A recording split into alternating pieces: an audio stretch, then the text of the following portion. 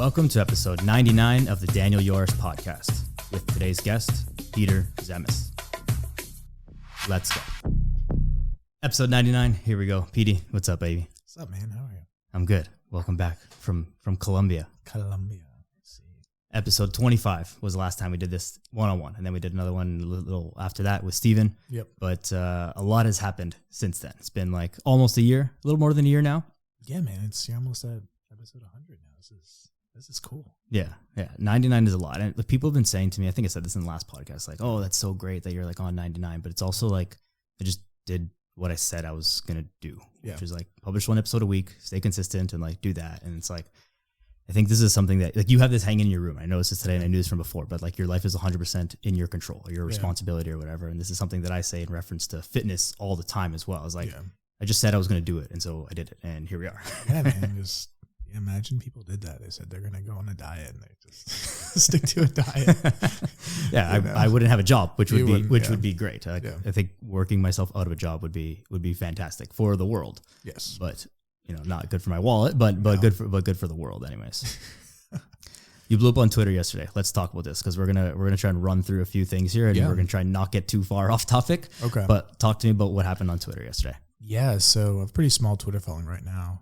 Only had like 300 followers yesterday. Now we have 1,100 in a day. And man, it was just this like retweet strategy, which is basically like we can read the tweet actually. Yeah, pull it up. But it was super cool because I had never fucked around with Twitter before. And it's an awesome platform if you're in like the make money online space or kind of business building. Fitness, like, I don't know. Because it's not as visual. Yeah. So, but the tweet was, I've had a personal working relationship with Jordan Belfort since 2021. 6 weeks ago, I ran his Black Friday Cyber Monday sale and broke every record, 100K in 4 days. I put everything into PDF, every email, and the high-level strategy notes. Retweet and reply, Wolf, if you want it, must be following. And to give you metrics, my last tweet got 0 comments, 1 reshare, and 6 likes. This comment got 609 comments, or this tweet, 609 comments, 450 shares, 300 likes, and 76,000 impressions. Yeah, that's pretty crazy. That's fucking nuts. Yeah. So let's break down what happened there and why it's important. Then we'll talk about like the thing that you're actually talking about there. But I think there's a few things. One, you ask people to reply with something to the tweet, which drives engagement. 2, name dropped a pretty big name, which is huge and true. Yeah. And 3, you used a very large number, which is also true. So it's like this, wow, look at me, look what I did. Here's how to do it. I can do that. Yeah, right? That's the framework. And like it helps. Obviously the celebrity helps a lot. I mean, JB, he's really pushing this, but Wolf of Wall Street. If you didn't catch the name, Wolf of Wall Street. And yeah, it's a cool strategy. One of my other buddies did it too, and he didn't use any celebrity stuff, and he got a similar response. We're just like, I'm doing this thing. I broke it down for you in a little course or PDF, retweet, and basically comment. So in drive engagement, because when the comments push the algorithm harder, like faster, right? Right. So the whole strategy is pretty cool, and we'll go on Twitter, and like I'll make a prediction that I'll have like 100,000 followers by the end of next year. And each Twitter follower seems to be given a lot more money than Instagram or TikTok for the most part. Like the dollar value of a Twitter follower is worth a lot more, at least in my space. So, but we'll see. I mean, it's a cool platform. I like writing. Obviously, I'm somewhat decent at it. So, somewhat decent at it. So let's talk about what you actually did for Jordan Belfort then, like that you are decent. So explain to me as if I roughly understand what it is, but like explain to me as if I didn't understand it all. Not that people listening are really going to be like going into that, but just so they can understand. And I'll try, my job in this will be tying this back to fitness. Okay, let's do it. Essentially what I did for this specific part of working with him was run his Black Friday Cyber Monday sale. So architecting the entire like marketing campaign, the funnel, the strategy behind it, and then writing actually all the emails, the copywriting behind it, the words that are used to sell. And then fucking executing it. That's pretty much what we did. Nothing crazy, but each email generated over $10,000 per email, and that's after we gave 85% off everything we were selling. So it was a pretty without the discount, we would have brought in like honestly close to $1 million. Right. And what were you actually selling? What course? His courses. He has a bunch of courses on like straight line persuasion, Stratton Oakmont manual, like all this like info product stuff. Teach people how to do phone sales, negotiating, A variety of topics. Okay, so it wasn't just one product; it was like his suite of products. Yeah, suite of products. Yeah, and it was awesome. I mean, yeah, we smashed every record. $12 EPC, which is $12 earning per click. So every customer that clicked, we made $12. Wow. Yeah, it's good shit. Imagine you got those numbers when someone viewed at your story or swiped up on your story. $12 per customer. Oh my god! Don't say that to me. Yeah. That makes me feel sad. But yeah, that's something. And so how do you go about doing this? Because this is obviously this is one thing, one project that you worked on this year, but this is the latest in an amalgamation of your career up to this point, right? All these things, you didn't just start doing this and, I'm just going to fire off a couple emails for Jordan Belfort and make all this money. Yeah. Obviously that doesn't happen. Yeah. So it comes to going through the entire process of everything that you've been through. The fundamentals, bro. And just the fundamentals. Talk about executing, saying what you're going to do and do what you're saying. Yeah. That's... Yeah, I've been doing this since I was 19 in a variety of different niches. We had the first biz, obviously, the fitness business, anabolic stretching, and that whole brand. Then we sold it, and then, we had a couple other businesses that failed CBD brand a couple of years ago. And then now we've got Pup Labs, obviously dog brand, which is, done $500,000 in 4 months. We've done Slim Sciences, which is a new supplement company, which will do prediction probably 10 million next year. Huge, it's gonna be huge. And then the mastermind too. My mastermind, we're teaching people kind of how I do what I do. That's doing $65K a month at 69% profit margins. It's a huge profit margin business. It's awesome. It's a good community. But yeah, it comes down to literally fundamentals, which is for me, it was get good at writing simply so that people understand, really dumbing things down, kind of what we're doing right now. But just so people they don't have to think when they're listening, or in this case, reading, right? And executing. It's execution, bro. It's the ideas are dime a dozen. Yeah. Execution is key. It's speed over perfection. And I think that this, just to try and loop this back into fitness, a lot of people, especially heading into the new year, they get caught up on I want the perfect diet plan. I want the perfect this. And it's it pains me to say this, and I've said this many times, but almost everything works. If you're eating like an asshole and you just stop doing that, whatever you think that means, it will work.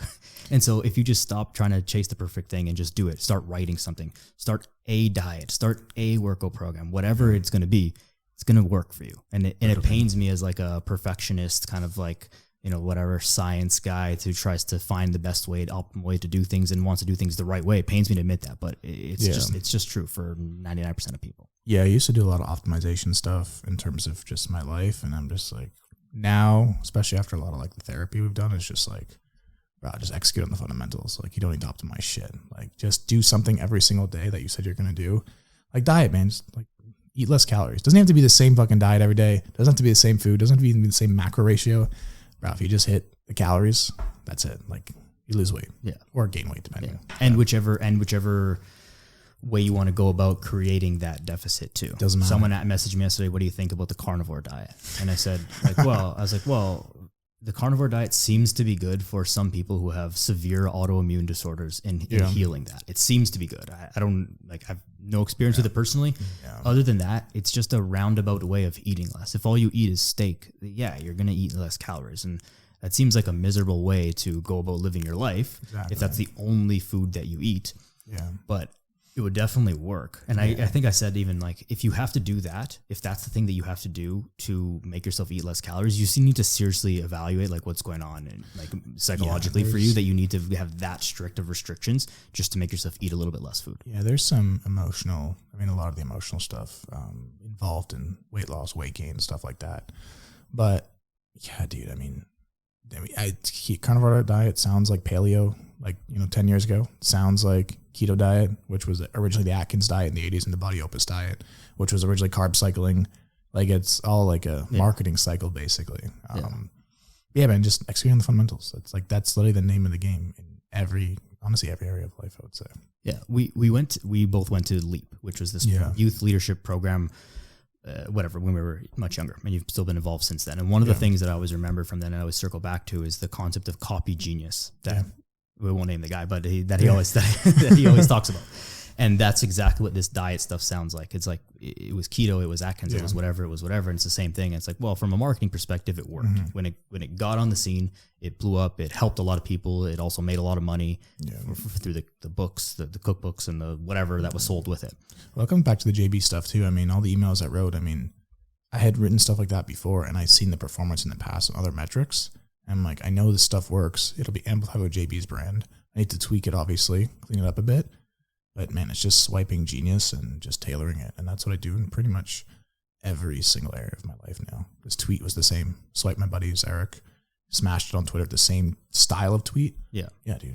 Fitness the same, dieting, muscle building, traveling, everything. Yeah. The Twitter formula seems to be like, I do this awesome thing. Here's how to do it. I am this person. People do this wrong. Do this. And the fitness thing, I've come to realize this. We've talked about this as well off, many times before, but a lot of the fitness stuff is not about like, I'm the best fitness guy. It's buy my program, live my life. It's a lifestyle. Right? It's about look how good I look. Look at how much money I have. Look at like the hot girls around me. Look at the hot guys around me. If you're a girl, well, actually, it probably doesn't work that way. But whatever. Look how cool my life is. Buy my workout program, and you'll get my life. Yeah, Greg smashes it with that, dude. He's one of the best marketers I've met. I mean, he smashes it. Yeah, wasn't planning on name dropping him, but we can do it now that we said it because I've come around a lot more to it as well. Yeah, I've said this before. Like his programming is there's nothing wrong with it. We're talking about Greg O'Gallagher, by the way. I think his programs are great. They're I wouldn't say, maybe not great is the right word. They're slightly above average. They're honestly exactly what most people need. It's what most people need, and like his lifestyle is awesome, and he's built it up obviously over like a number of years and like worked hard at it and done that thing. Yeah. But what he sells is not really that my program is significantly better than other people's. And he might say those words or similar things to that, but really it's like, look how awesome my life is. Buy my program and live my life. Yeah, that's what it is. It's phenomenal marketing, and like, I've done the programs. They work pretty well. I love them. Yeah. Strong. Like they're exactly what most people need. Like not many people need like the advanced rehab, like all the shit, which is fine. I mean, he caters to a very different audience for the most part. And he knows what he's doing. Like he's really dialed in his marketing. So he's cool. I mean, overall. Yeah. And helping people. Yeah, exactly. Which is the biggest thing, and something that personally I need to just come to terms with a little bit more is like he's helping more people, and people like him, not just him, but people who do this. There's this whole like thing in fitness where people get too caught up in like the science and the whatever, and then there's other people on the other side, like the V shreds of the world. It's like this is like literally complete garbage. Yeah, and it's like, okay, well, there's somewhere in the middle there where we can mix this. Like, okay, maybe it's not the most scientifically sound program, not the most perfect thing, but if it gets people off the couch and stop eating potato chips and like just stop bullshitting their life, exactly right. Yeah, it's this mix of like a good product and good marketing. It's just trying to find that middle ground, because you can have V-Shred, for example, a shitty product, like world-class marketing. Yeah. That's why they do $250 million a year. Like, phenomenal. Are they still like doing their thing? They're still successful? Oh, yes. Fucking crazy. I haven't seen any of it in a while, so. No, they got other, they're just smashing. All right. And then the other side, you got like, people with phenomenal products. I don't know them because they don't have good marketing. And they're probably some of the best people on the planet, especially for fitness stuff. And it sucks because their shit should be out there. But, that was the biggest lesson I think I ever learned in my first business, was that it's called the best-selling book, not a best-written book. Right? You got to get your message out in the world, by any means necessary. Yeah. Best-selling book, not the best-written book. There you go. That's a good one. Yeah. Oh man, it makes it. It's hard. It's a hard. That one just blew my mind. Yeah. It makes a lot of sense, but it's tough to wrap your mind around, especially when you spend so much time becoming an expert at your craft. I guess in your business, the best selling and the best written are one and the same. They are one and the same now. But when I wrote the first book, Feast Your Way Fit, which made $8 in a year, by the way. Yeah. It was a fantastic time in my life. Yeah, dude, it was such a good book. Science backed. Like I was right in the middle of doing my biology degree. Yeah. And it was awesome, but still one copy. And then Bulk Stretching, which was also a great book and science backed, I just focused on what was important, which was selling the shit out of it. Because the messaging was good enough. We had Thibodeau write the fucking forward for that book. It was awesome. Yeah. He's probably a good example of one of the most knowledgeable, if not, and he is a big deal, and certainly a big deal within the fitness community. Yeah. But if I name drop him in your average Good Life, I don't know that people would know his name. Yeah. Right. Exactly. And that's a shame. It is a shame because he's so good. But again, product marketing, there's always a middle ground, and it's just like the people that are product makers are not the marketers. There needs to be kind of this partnership, because it's a different skill set altogether, man. Selling something versus creating something, they're not the same skill set. It's very hard to do both. I I think the reason why it becomes so much more important in fitness is because the nitty gritty details actually don't matter that much for most people, especially for people who are beginners. If you're not hurting yourself physically in the gym and not doing something that's dangerous, everything else is fine. Do any workout, do literally any workout. Like follow somewhat of a structured diet. That's not like eat one piece of pizza for breakfast, eat a hot dog for lunch. Like don't follow that diet, but like basically any other diet that reasonably makes sense will work for most people. And so if you just get the message out there, and then just doing it every single day, it's this consistency. And that's one of the things I think I admired about Greg the most, is that because he started in like 2010, bro. Yeah. He started like everyone's seen his success, but man, everyone forgets this guy's been around for 13 years online, which is ancient history. Yeah. You know, so, and it's like the podcast too, man. 9 episodes in, like, you know, it's growing super well, and I expect it once you get to 200, 500, like I already called 1,500, like number of podcasts. That's mine. It'll be. Yeah, you're right though. Yeah, even when I started the podcast and I started seeing like had the download numbers and stuff after like whatever 10 or 20 or 30 episodes, it's like, okay, like I realized that all the podcasts that I listen to, Rogan, Tim Ferriss, Ben Greenfield, like these guys are like monsters, but they're also on episode. Rogan's on episode like 1,600. Yeah. Like I've got a long way to go. Yeah. And so you look at these people who are in super good shape, even like, oh, how did that guy get that way? It's like, well, he didn't start last week. Like he's been training for 15 years and now he looks like a savage. Like, but also like, why should it be easy? You know what I mean? Like everyone's I agree. You know, you should have a 6-pack and it's like, I wish it was easier. It's like Andrew Tate said that. It's like, why the fuck should it be easy? Yeah, it would, then everyone would have it and it wouldn't be as desired. It'd be no valuable. Yeah. Yeah. I also think, and I've been saying this message like literally today and whatever I posted this morning, fitness literally is easy. All you have to do is work hard. Yeah. That's the thing. And people don't want to fucking work anymore. Yeah. It's like, it's hard work, but it's literally so easy. If you're trying to build a business, trying to like raise kids, like there's so many more things that are like involved that are difficult, that are like out of your control.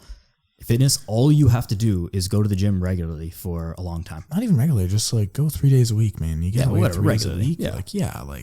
Even probably 2 days a week, full body workout. Like get your steps in, and it's diet. Like you want to gain weight, bro? Eat more. You want to lose weight? Fucking eat less. Move a bit more. That's like there's no other formula. Exactly. It's just like carnivore diet. Oh, it helps you eat less, or paleo diet, or Atkins diet. Or what the fuck else? Yeah. Like even all of not last year, but the year before when I like bulked up, gained 30 pounds. I did nothing different. I just ate way more.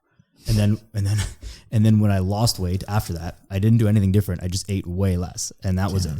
It was easy in the sense that like there's not that much to do. It's difficult to be consistent. And I guess that's the difficulty, but and it shouldn't be if that's what you want to do. Selling people on the idea that, because most people just don't believe in themselves, they can do that. And that's where the marketing comes in, where it's just like, let me sell you this new idea that you could believe for long enough that you might actually see results. And it just helps you achieve the same fundamental goals, which is lose or eat less, move more, basically, right? Yeah. Whether it's like Atkins, keto, Thibodeau has his neurotyping stuff, which is all about brain chemistry, which I think is awesome, but it's also marketing hype. I mean, you know, you eat based on your brain chemistry, which is like a bunch of bullshit. Like fucking eat less. Like, like the thing is with these things is like it matters. It matters for like elite athletes or like extreme outliers. Yeah. And people who are legitimately eating sufficiently low calories and whatever, and it's like not working, which is like, chances are it's not you. Yeah. Like, it's like 0.1% of the population who would be like a non-responder to exercise and diet. Like and even then I'd be hard. I don't think it would be real. Yeah. I would be very unlikely to believe it. But for those people, then these like the neurotyping and like these very specific macro splits and train in this time of day and drink this much water and like do these things, then those things matter. But everyone else, like the specifics of it don't matter. But at the same time, if you see like the neurotyping program, you're like, wow, this is sick. This is amazing. I love this. This is perfectly me. And you buy into the hype of that and then you follow it, it's going to work. Exactly. And like, I don't necessarily think that's wrong. Yeah, I'm a marketer, so you know I like all the marketing shit. But I think if I can tell someone on the deal long enough where they get results and they're being improved, like man, I mean I think it's great. You know, even if it's like factually skewed, let's use the word skewed, or just like embellished. Embellished is probably the right word. Yeah, you know, because it works, but it's it's all embellishment. Like you know, neurotype is not necessarily better than like low calorie.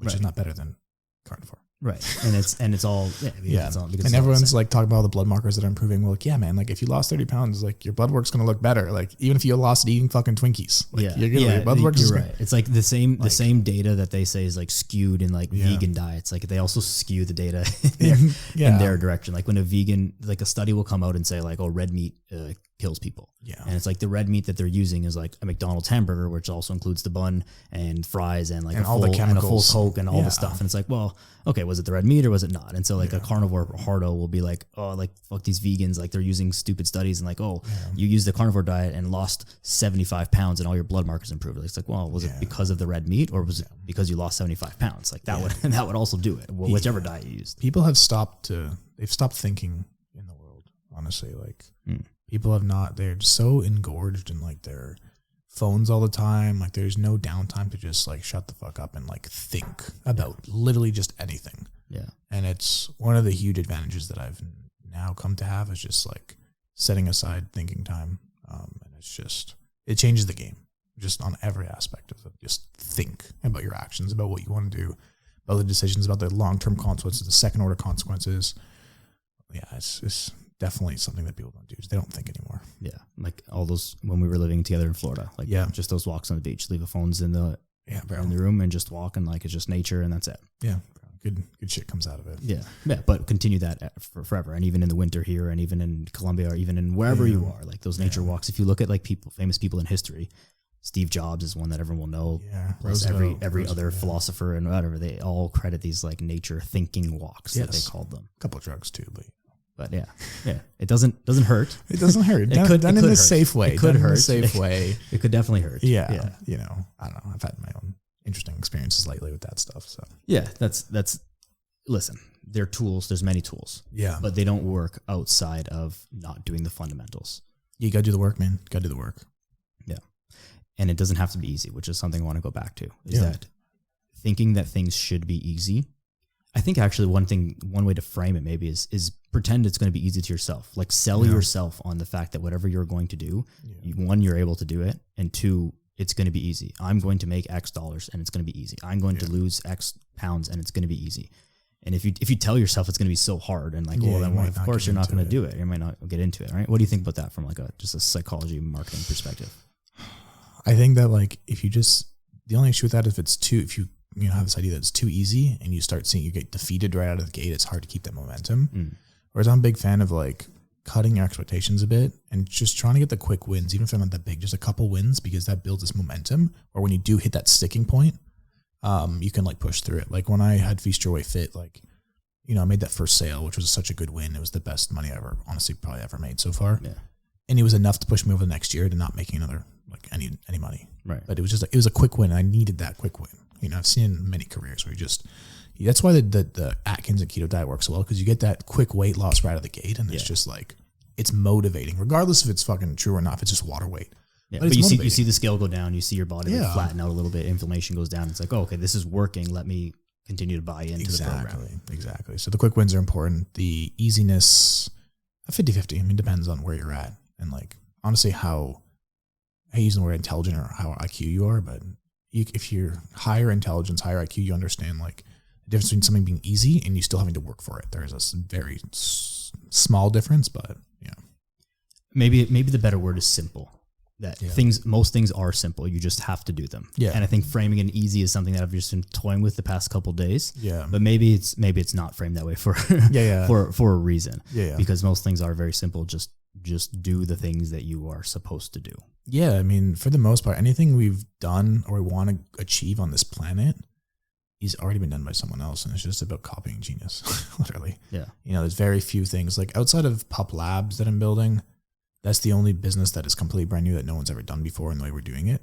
Every other business that I'm involved in, though, there's someone else that's done it before, just as good or better than I've done, and I can just copy, innovate, and then make it better. Yeah. A client of mine who I train is very successful person. He was telling me the other day, like most people try and change the world or change like the system. Yeah. No. And he said that's not the way to do it. It's just like you have to kind of work with the system, and it works by changing like one individual at a time and like one impact and like make the system better rather than changing the whole thing. And I think that's basically his way of saying, just like copy genius. Don't try and like build a new wheel, build a new mousetrap. Just build a better mousetrap. Right? Yeah, it's like trying to sell people on like, if you have an energy drink, it's like trying to convince people to get off coffee. It's like, this is never going to work. Right. But what you can do is what we're doing with the new supplement is just like enhance your coffee.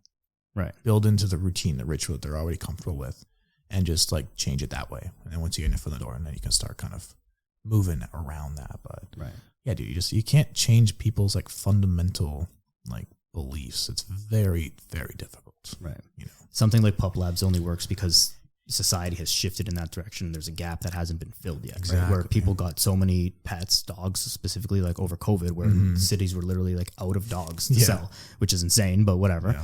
And so then people want to care for these dogs, and there's been like good times economically, so people have extra money to spend on their dogs and spend on jackets for their dogs and toys and treats and all this stuff. And so then timing of the world, man. Timing of the world is so important, especially when launching new ventures. You know, there's either timing where you just wait everything out. You just do something for 10 years and it's going to be successful, which most people don't do. Or it's just like tapping into like trends, right? So the Pup Labs trend, the men's health trend, the Hawkeyes Do Therapy trend, like all that stuff it's almost inevitably successful because I'm just kind of riding the wave of what the fuck's going on in the world. Right. I guess an easier way to make that clear for people is like, if someone had the insight, or there are people obviously who had the insight to be like, oh, Instagram's going to be huge or YouTube is going to be huge like 10, 15 years ago, and you just started doing that and you just stuck with it, you would be like massively successful by now. Right? But it's also just like you see TikTok blowing up and, you know, you take quick action, very quick pivot. Like if you did that a year ago, you'd probably have a couple 100,000 followers just by quick pivoting and just riding the wave. Yeah. TikTok's probably on the downtrend for a bit now, but you know, like most things, it's cycles. So yeah, but you could, if you were smart enough, you could leverage that to other stuff. You don't have to be first. Like you don't have to be first to things. You just have to be different a little bit. That's right. Tell me about Pup Labs then. How did it? Like I know the story, but like just explain it a little bit. Yeah, I mean it's honestly came from one of the walks I'm doing on the beach. To be honest, last year, because I was looking for a new business to enter. You know, we got Zoe, little golden doodle, but then she got sick when we first got her, and it turned out like a lot of the stuff was due with the inflammation that was being caused by all the basically poison from the kibble. Bro, like one of the things that kibble had was something called meat meal. And I didn't know this at the time. Sounds disgusting. Bro, meat meal is, it's fucked. So it's euthanized dogs and cats that are ground up and put back into kibble as a protein source. There's no way that's real.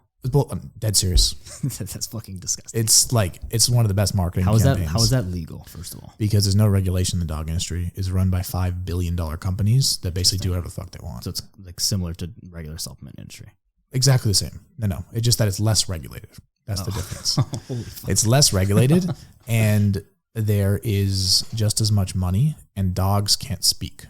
Right. That's the difference. You know, human eats like that kind of shit. They're going to puke. They're like, what the fuck is this? Right. Dog is going to puke up and you're like, did my dog eat a piece of grass? Did it eat some poop? Did it, you know? Right. And it's such like a slow burn over time where it infects them and then they just, you know, they get sick, they die. Right. And then it's good for the economy because you're obviously spending a ton of money on your dog to fix it. Right. So vet fees, getting a new dog, all this stuff. Exactly. So it's pretty horrifying, to be honest. But we found that out. Like, fuck this shit. One, there's a phenomenal marketing opportunity in that. But two, there's just like a phenomenal just being a good human opportunity, which is just making good products and doing this thing where good product, good marketing, find the middle ground. Not only make a fuck ton of cash, but also impact the doggies around the world and the humans that are associated with them. Right. Yeah. I think it's a thing, like I had this conversation with a buddy like a couple weeks ago. It was like dog food, like just selling whatever dog food is, whatever brands are, like might be one of the biggest scams the world has ever seen. Like a dog just eats regular, like if a dog was in the wild, fucking carnivore. It would just eat like chickens and like birds and like whatever stuff. And so now it just eats these little like pellets. Like the only thing more of a scam than dog food might be real estate agents. And sorry, but like for real, dog food is like probably one of the biggest scams. But it creates this thing where people become dependent on the dog food because they don't want to go out and buy chicken and turkey and whatever stuff for the dog. So you just fill up the bowl and that's it. And then that invites. Kibble is basically McDonald's for dogs. And you just feed your dog every day. And it's just like, you wonder why your dog's sick. Well, like, if you eat fucking McDonald's every day, you'd feel like shit too. Yeah. Exactly. But your dog can't speak to it and tell you that. Exactly. It just gets tired. It gets sad. It starts to lose its fur. It gets allergies. Yeah, dude. All of a sudden, past 10 years, dog allergies have been gone through the roof. It's the number one reason dogs are going into vets now. Wow. And it's like, wow, like allergies. You think allergies were around 2,000 years ago? Yeah. Like, what the fuck? Yeah. Yeah, it's true. And same in people. We just like we come to accept it, and then we develop a drug or a way to get around it. Exactly. Peanut-free peanut butter. Like what are we doing? Don't eat fucking peanut butter. I don't know. Yeah, if you're really allergic, right? Yeah. So it's been a great like business so far. Done about $500,000 for first 4 or 5 months, which again is about those early wins, like which was necessary. And it's a good brand. You know, we've done that with 0 social media following, by the way. Which is its own little story. But it's not food. It's like supplements. A supplement. Yeah, it's like dog treats that are helping your dog get over these symptoms caused by like basically shitty food, shitty air, shitty water. Right. Because probably the real, and correct me if I'm wrong, Karen, but the best way to help your dog would be to not feed it shit food. Go buy wild caught salmon and or just buy raw food. There's companies out there doing raw stuff now. Right. But that's expensive and a habit change.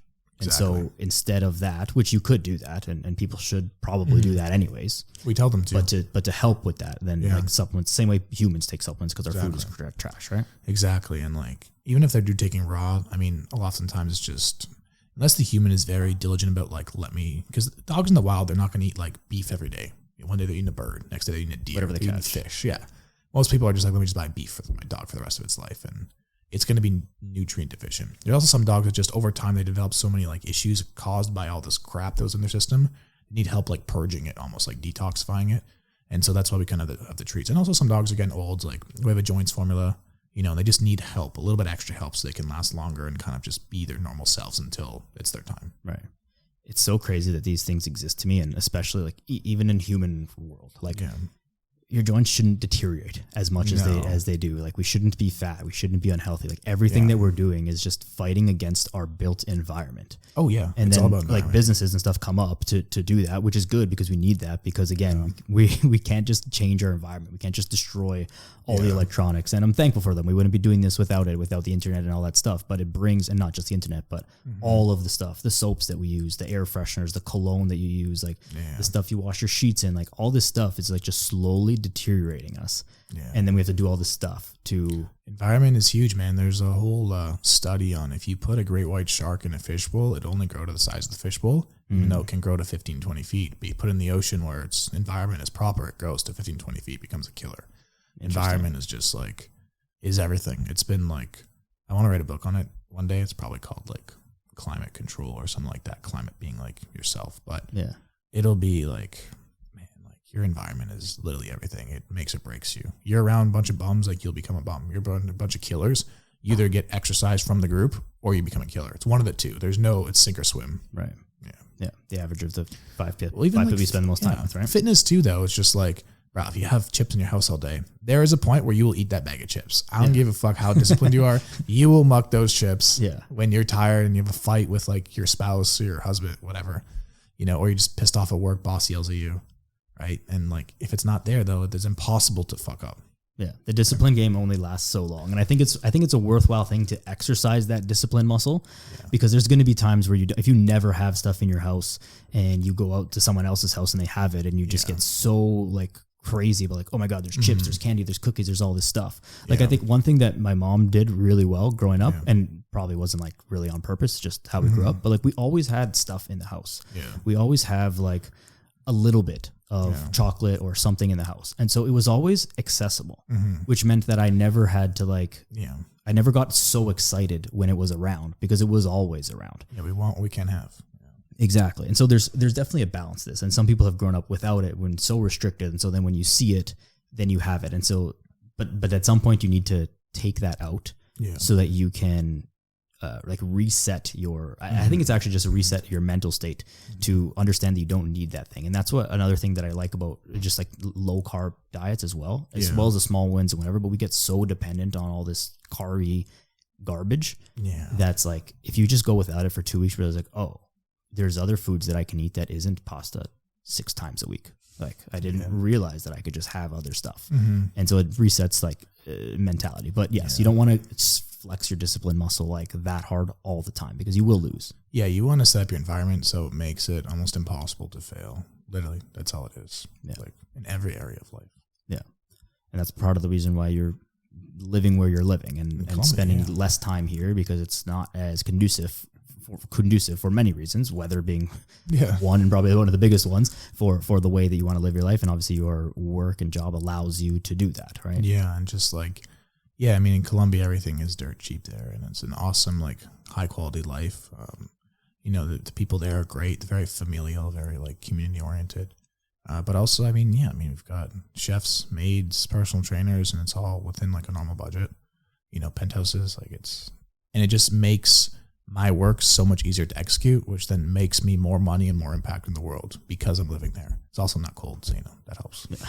Yeah, yeah, but you need people who are new to these things, new to these concepts. If you're listening, is like, you hear about like, oh, making more money, and that's the thing, but it frees up time and ability to help more people in more ways. Like, this is something that I struggle with personally. It's like, I love training people in person. It's awesome. Yeah. But it's like, I can only help that one person for that 1 hour at a time. And there's only so many hours in a day. Exactly. And so there's got to be like that blend of how do we do all of these things. And so by making more money in one way, you can then give back in other ways, but you can't give anything if you have nothing to give. Exactly. There's a whole scam where poor people are like better than rich people. It's like, no, man, rich people are donating, they're volunteering their time, they're building these things. It's like, because rich people are so villainized for making money as if they're bad. It's like, well, who the fuck do you think is paying for all this shit? Yeah. Like, like this, like, you know, the like new hospital. Yeah. The new hospital, the houses that feed the poor, like all the food that comes, you know, Mr. Smith is donating, 100 grand. This guy that I was just talking about, this client of mine, very wealthy, very successful guy. He was telling me that he does this, like, feeds families in need and whatever in the community every Christmas time, 500 families. Oh, and he said he doesn't even market it or like do anything to help because he just doesn't have time to do it, but he just does it. Yeah. And so it's like, I don't even tell people about it because I don't have time to tell people about it because I'm doing other shit so that I can make money to feed do this, families, to feed 500 families, $500 each. So whatever the math on that is, like, it's not a small amount of money that he just gives away. 25 G's. And that's just one thing that he does. That's not all that he does. And so it's like, but he wouldn't be able to do that if he didn't have the resources that he has based on all of the stuff that he does in his life. Exactly. I mean, we wouldn't be able to build Pup Labs. I mean, it's a full-time job, doesn't make any, like, we don't pull profits out of it right now. And I wouldn't be able to do that if I didn't have the other, stuff cranking. Right. It's impossible. And you need that capital, like, honestly. Yeah. It's an unfortunate truth, but it is. Even things like therapy. And I want to bring this up and kind of quickly segue into it because I know we're a little bit tight on time. Yeah. But it can be seen as a luxury that I think that most people need some form of therapy, but it is expensive. Yeah. It is time expensive as well. It is energy expensive. It's all of those things, right? And there's varying levels of it, right? You can get a super cheap therapist and like very expensive therapist and everything in between. Yeah.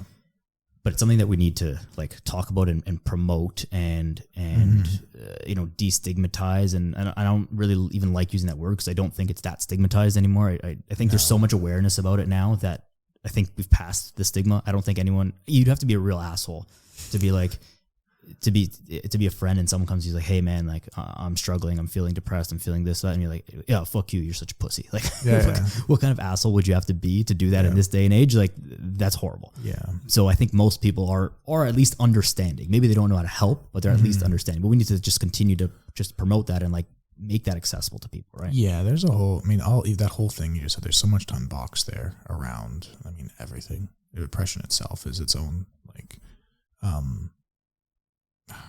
villain, nightmare, whatever you want to call it. And I hate using the sentence that most people don't have depression, and because a lot of people probably do, but a lot of people have this, like, idea that they have depression because, like, they're not doing anything with their life. And, like, yeah, if I sat on the couch all day and ate chips and wasn't doing anything, I would feel bad, which then would be a negative feedback cycle, which, like, it's a hard, like, truth to say, especially on the podcast. But I mean, I don't know. It's a tough one. One way I think to put it is this, and I think I've thought about this before, is like you have two, and I've thought about this in context of your actual fitness as well. It's like whether if you feel depressed, if you're out of shape, like let's just kind of put these two together. You have two options. You can think that it's someone else's fault and therefore you can't do anything about it because it's someone else's fault. The result of that is you're fucked. Yeah. Or you can take ownership of that and be like, this is my fault, which means that I have the ability to solve this because I created it. And therefore, you can empower yourself to do something about it. Now, there's a lot more that goes into it, and like several hours of conversation to unpack that. But I think that just to circle this back to the beginning of this conversation was like, you have it's your responsibility. Like whether it is or isn't, like take responsibility for whatever it is that you're doing, so that you can change it. Otherwise, like you're just going to sit like a lump on the couch and you're screwed. You can't do anything about it. Exactly. You need to empower yourself. Like instead of the word of like therapy, it should be like honestly male empowerment. That's what probably should be, because like it's all this like silencing of men.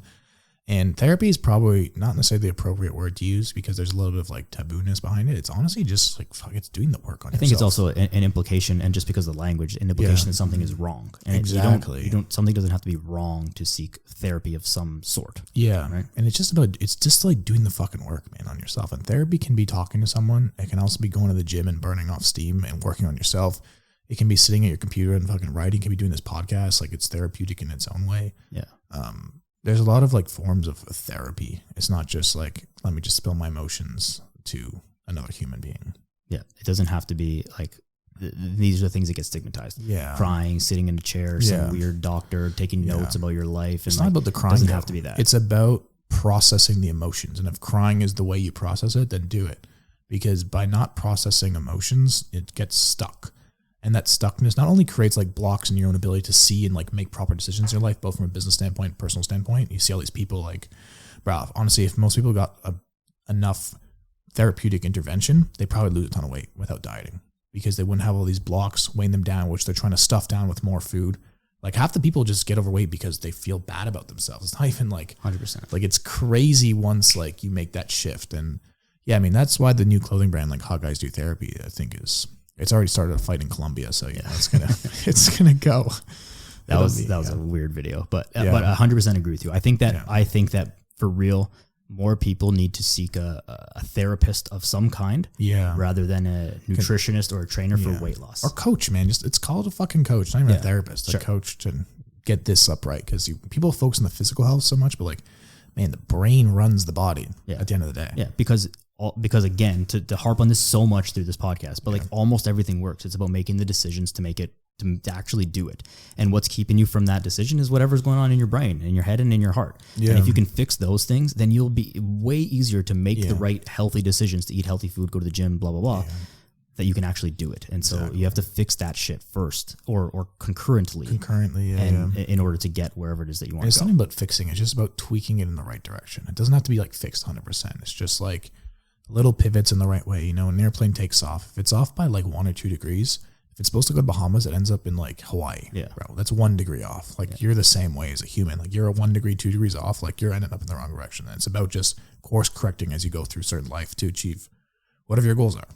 You know, and that's it. And therapy helps course correct easier. Drugs can help you in the right direction. So they're all tools, man. They're all tools. Coaching, going to the gym's a fucking tool. Like when I get angry sometimes, I'll just go hit the bag, like this boxing bag, and it's been a great way to kind of burn off some steam, and you get centered again. And that's its own form of therapy. And like, I don't want therapy to be this thing where hot guys do therapy. It's like, oh, hot guys go to a therapist, cry their brains out. Because that's not what it is. It's about dudes that do the work are then attractive. That's what the fucking brand's about. Because attractiveness is about you building yourself up as a man, because you're based, at least in our society, as a man, you're based on your value. You're not based on your prettiness for the most part.